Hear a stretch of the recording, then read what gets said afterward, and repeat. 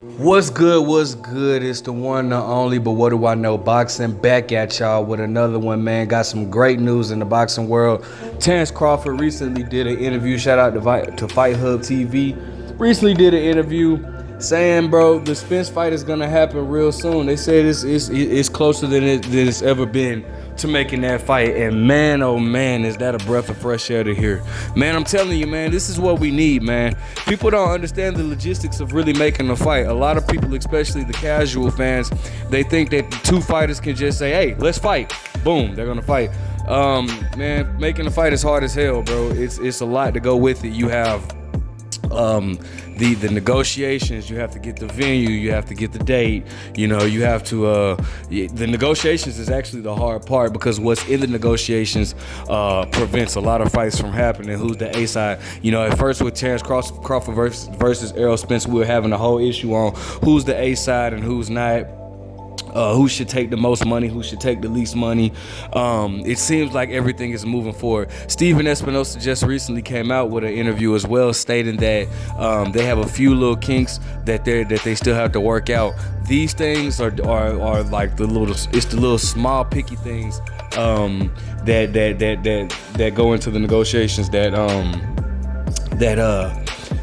cause little hiccups in the fights. But this is a fight that boxing needs, man. And I just want to give y'all a little update on that, man, and just to educate the fans on what really goes into negotiations, or what it really takes to make a fight. I mean, you got to understand, when you look at a contract, man, you have to pay close attention to that, right? A lot of these guys will get contracts, right, and then they'll a lot of these guys will put, like De La Hoya, for example, he'll do a lot of sneaky stuff to make it seem like, well, so they, at the end of the day, they can say, well, we offered them the fight.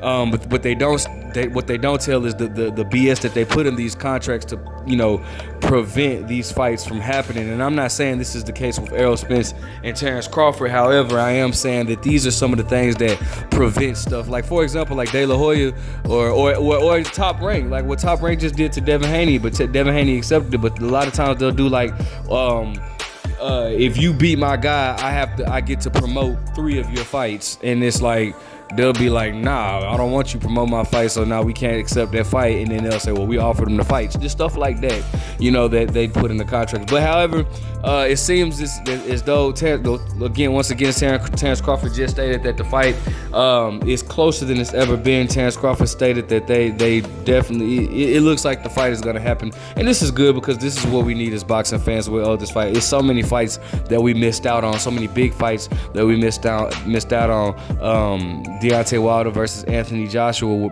2 heavyweight knockout punchers when they were undefeated. You know what I'm saying? I can go as far as Adonis Stevens versus Sergey Kovalev when they were both in their primes. Like, it's just, man, it's a lot of fights that we missed out on, bro. Jermell Charlo versus Jared Hurd. David Benavidez, Caleb Plant. You know what I'm saying?